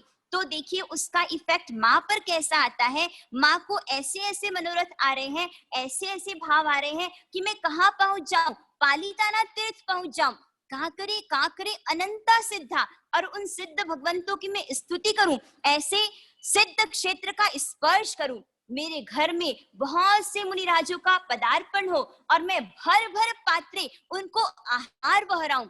24 उपवास किया है, ऐसे साधर्मिक को बुला करके मैं तिलक करके उनको प्रेम से, आनंद से उनकी साधर्मिक भक्ति करूं, शत्रुंजय आदि, शिखर जी आदि महान तीर्थों की यात्रा करके अपने जीवन को सार्थक करूं, देवताओं की आराधना करूं, महापूजन आदि का लाभ लूं। जितने भी कैदी हैं जो स्वयं संसार से मुक्त हो जाएंगे, ऐसे प्रभु परमात्मा जब गर्भ में सारे कैदियों को छुड़ाने का मन कर रहा है, उन्हें कैदियों को छुड़ाकर स्नान कराऊं, भोजन कराऊं, उन्हें समझाऊं, सारे पाप कार्यों का उनसे त्याग कराऊं, जितने भी अनाथ हैं, जितने भी उन जिनके कोई नाथ नहीं, उनको मकानों पर भेज दूं, पृथ्वी को कर्ज रहित कर दूं, सारे लोगों को परम आनंद कराऊं। क्यों? क्योंकि भगवान ने तीर्थंकर नाम कर्म का बंद किया, सभी जीव करूं शासन रसी। तो माँ को क्या लग रहा है? सब आनंदित रहें, सब प्रसन्न रहें, सब खुश रहें। हाथी पर बैठकर हर्ष पूर्वक नगर में भ्रमण करूं, दान दूं, और त्रिशला माता को लगता है यह सब तो करवा देते हैं सिद्धार्थ महाराजा, किंतु उनको ऐसा लग रहा है कि मैं समुद्र का पान कर लूं, मैं अमृत का पान करूं, अब ये कैसे संभव हो सकता है। उस समय इंद्र स्वयं आकर के माँ के दोहले को, मनोरथ को पूर्ण करते हैं। जो मनोरथ सिद्धार्थ महाराजा कर सकते हैं वो स्वयं करते हैं, और जो नहीं तो फिर उसको स्वयं इंद्र आकर के पूर्ण करते हैं। अब वो स्वर्णिम घड़ियां जिसका इंतजार आप हम सभी कर रहे हैं, भगवान का जन्म वाचन कल्पसूत्र के पन्नों के माध्यम से सभी एकाग्र चित्त होकर के, पालना जी जहाँ पर भगवान विराजमान होंगे, पालना जी हम सभी उनका दर्शन करेंगे और सभी एकाग्र चित्त होकर के ध्यान से श्रवण करें। उस काल, उस समय में अर्थात ग्रीष्म काल में चैत्र सुदी 13 के दिन 9 मास 7.5 दिन संपूर्ण हो जाने पर सर्व ग्रह सूर्य चंद्र मंगल बुध बृहस्पति शुक्र शनिश्चर उच्च स्थान में प्राप्त होने पर ज्योतिष शास्त्र में फलों ग्रहों का फल बताया जाता है। 3 उच्च ग्रहों से राजा बनता है, 5 उच्च ग्रहों से वासुदेव बनता है, 6 उच्च ग्रहों से चक्रवर्ती बनता है, 7 उच्च ग्रहों से तीर्थंकर होते हैं। वे प्रभु परमात्मा जब एकाग्र चित्तता के साथ, जिस समय समस्त दिशाएं निर्मल थी, तमाम शकुन जयकारी थे, समग्र देश हर्षित थे, सर्व पृथ्वी पर सुकाल था, सर्व धान्य उत्पन्न थे, सर्वत्र महोत्सव और मंगल वर्तते थे, उस समय चैत्र सुदी 13 के दिन उत्तरा फाल्गुनी नक्षत्र में प्रधान चंद्रबल प्राप्त होने पर आरोग्यवर्तिनी जगत जननी त्रिशला देवी की रत्न कुक्षी से विश्व वंद्य जगत पूज्य जगत ईश्वर श्री महावीर स्वामी का जन्म हुआ। बोलिए भगवान महावीर श्री, बोलिए शासन नायक भगवान महावीर स्वामी की जय जयकार, जय जयकार, जिन्हें शासन की जय जयकार, जय जयकार, जय जयकार, जिन्हें शासन की जय जयकार। बाजे क्षत्रिय कुंड में बधाई, बाजे क्षत्रिय कुंड में बधाई, की नगरी में वीर जन्मे, की नगरी में वीर जन्मे महावीर जी। बाजे क्षत्रिय कुंड में बधाई, बाजे क्षत्रिय कुंड में बधाई, की नगरी में वीर जन्मे, की नगरी में वीर जन्मे महावीर जी। झिनी झिनी झिनी झिनी झिनी झिनी झिनी झिनी उड़े रे गुलाल, प्रभु ने जन्म लिया, झिनी झिनी उड़े रे गुलाल, प्रभु ने जन्म लिया। शुभे घड़ी प्रभु जन्म की आई, शुभे घड़ी प्रभु जन्म की आई, होवे जय जयकार, प्रभु जी ने जन्म लिया, होवे जय जयकार, प्रभु जी ने जन्म लिया। झिनी झिनी झिनी झिनी झिनी झिनी उड़े रे गुलाल, प्रभु ने जन्म लिया, झिनी झिनी उड़े रे गुलाल। केशरिया केशरिया जे हमारो मन केशरिया, केशरिया केशरिया आज हमारो मन केशरिया। हम भी केशरिया तुम भी केशरिया, हम भी केशरिया तुम भी केशरिया, त्रिशिला माता जी केशरिया, त्रिशिला माता जी केशरिया, केशरिया केशरिया आज हमारो मन केशरिया, केशरिया आज हमारो मन केश। तारणहार जनी में त्रिभुवन नाथ जनी में, जन्मे जन्मे वीर प्रभु जनी में, जन्मे जन्मे वीर प्रभु जनी में। क्षत्रिय कुंड में सिद्धार्थ कुल में, जन्मे जन्मे वीर प्रभु जन में, जन्मे जन्मे वीर प्रभु जन्मे, प्रभु देवलोक में आए, कृष्णा रानी मन को भाए, आनंद मन में खुशियाँ दिल में, जन्मे जन्मे वीर प्रभु जन्मे जन्मे वीर प्रभु जन्मे, तारण हार जन्मे, धीरे धीरे, तारण हार जन्मे, जन्मे जन्मे वीर प्रभु जन्मे, जन्मे जन्मे वीर प्रभु जन्मे, जन्मे जन्मे वीर प्रभु जन्मे। बोलिए भगवान महावीर स्वामी की। पूरे संघ में आनंद और हर्ष की लहर, क्योंकि आज धरा पर किसने अवतरण लिया है? हमारे शासन नायक, जिनके शासन में आज आप हम सभी को आराधना करने का सौभाग्य प्राप्त हुआ है। आज के दिन प्रभु परमात्मा भगवान महावीर स्वामी चैत्र सुदी 13 के दिन परमात्मा धरा पर अवतीर्ण हुए। कल्पसूत्र के पन्नों के माध्यम से आज के दिन भगवान महावीर का जन्म वाचन किया जाता है। महावीर जयंती के रूप में आज के दिन को मनाया जाता है। प्रभु परमात्मा भगवान महावीर स्वामी की। आज दोपहर में 2:30 या 3 बजे कांच के मंदिर में भी 14 स्वप्नों की बोली आदि का कार्यक्रम होगा। साध्वी जी भगवंत के जैसा भी वर्तमान योग वहां पर जाने का भाव है। श्री संघ भक्ति से 14 स्वप्नों का उजमना आदि का कार्य, भगवान के जन्म वाचन का कार्य किया जाएगा। पचखान आज जिनका जो भी पचखानो उपवास एकाशना व्यासना एम्बिलनिवी उगेसनो कासी पुलिस आत्मसी मिठी सेम मिठी सेम धर्मस्तम पाडम खैरतरम सगडम एम्बिलम निवी पछि लेवनम गित्तहं सुखितगणम बडुचु मिखिनम एकाशनम व्यासनम बचके तीन पेरमस्तम पाडम खैरतरम खैरतरम सत्रम सस्मै वेत्तगणम भूश्री। किसी के उपवास सुरोग्य बतिरम बचके तीन पेरमस्तम खैरतरम सत्रम सगम पाचन पाणहर पुलिस आत्मसी मुठी सेम बचके चवीम पेरमस्तम पाडम खैमम साइमम अनथना वगिनम सहस्तागणम मेहतरम सस्मै वेत्तगणम भूश्री। आज हमने भगवान के जन्म वाचन का प्रसंग सुना। कल भगवान की साधना एकाग्रता के साथ जब हम सुनेंगे, हम लगेगा भगवान कैसे, कितनी समता, कितने कष्ट भगवान के जीवन में आए, पर भगवान का एक रोम भी चलायमान नहीं हुआ। कल संपूर्ण भगवान महावीर का जीवन चरित्र आगामी वर्तमान योग में हम श्रवण करने का मानस बनाएंगे। मांगलिक चित्तारी मंगलम अरिहंता मंगलम सिद्धा मंगलम साहु मंगलम केवली पन्नत धम्म मंगलम। चित्तारी लुगुत्तमा अरिहंता लुगुत्तमा सिद्धा लुगुत्तमा साहु लुगुत्तमा केवली पन्नत धम्मो लुगुत्तमा। चित्तारी शरणं पवजामि अरिहंते शरणं पवजामि सिद्धे शरणं पवजामि साहु शरणं पवजामि केवली पन्नतम धम्मम शरणं पवजामि। मंगलम भगवान वीर मंगलम गौतम प्रभु मंगलम स्थूली भद्रात्य जैन धर्मोस्तु मंगलम।